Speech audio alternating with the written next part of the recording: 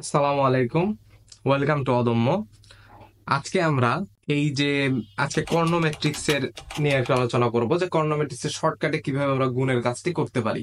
কর্নোমেট্রিক্স আসলে কোনগুলো? কর্নোমেট্রিক্স আসলে এই দেখো তোমার কর্ণ বরাবর মুখ্য কর্ণ বা প্রধান কর্ণ বরাবর উপাদান থাকবে, ভ্যালু থাকবে, কিন্তু অন্য সব উপাদান যেগুলো আছে, অন্য সব পজিশন যেগুলো আছে, ওগুলো তো সব জিরো থাকবে।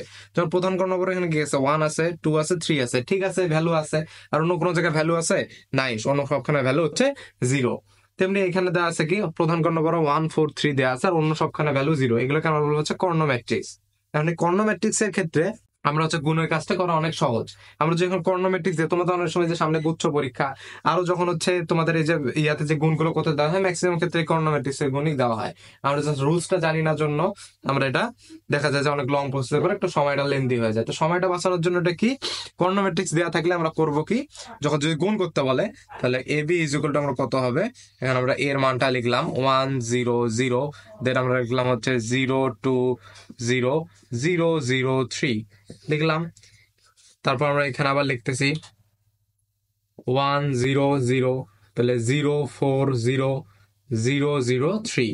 তাহলে আমার কর্ণ এর কি করতে, গুণ করতে হবে। গুণ করার ক্ষেত্রে কিছু নাই, ভ্যালু আমার কোন কোন জায়গায় আছে, প্রধান কর্ণ বরাবর। তাহলে আমাদের যে গুণফলটা আসবে, যে ম্যাট্রিক্সটা গুণ করে যে ম্যাট্রিক্সটা পাবো, এবি ম্যাট্রিক্সটা, এবি ম্যাট্রিক্সের হচ্ছে ভ্যালুটা থাকবে আমার প্রধান কর্ণ বরাবর। এটা হচ্ছে আমাদের জানা হইলো। তাহলে আমরা এখানে কি করব, প্রধান কর্ণ বরাবর উপাদানগুলোকে আমরা গুণ করে দেই। 1 1 গুণ করলে কত হয় 1, 2 আর 4 গুণ করলে কত হয় 8, আর 3 আর 3 গুণ করলে কত হয় 9। বাকি যে পজিশন গুলো আছে, বাকি সব পজিশন আমাদের জিরো করে দাও। তাহলে যে ম্যাট্রিক্সটা পাবা, এটাই হচ্ছে আমাদের কাঙ্ক্ষিত গুণফলের যে ম্যাট্রিক্সটা, সেই ম্যাট্রিক্সটা।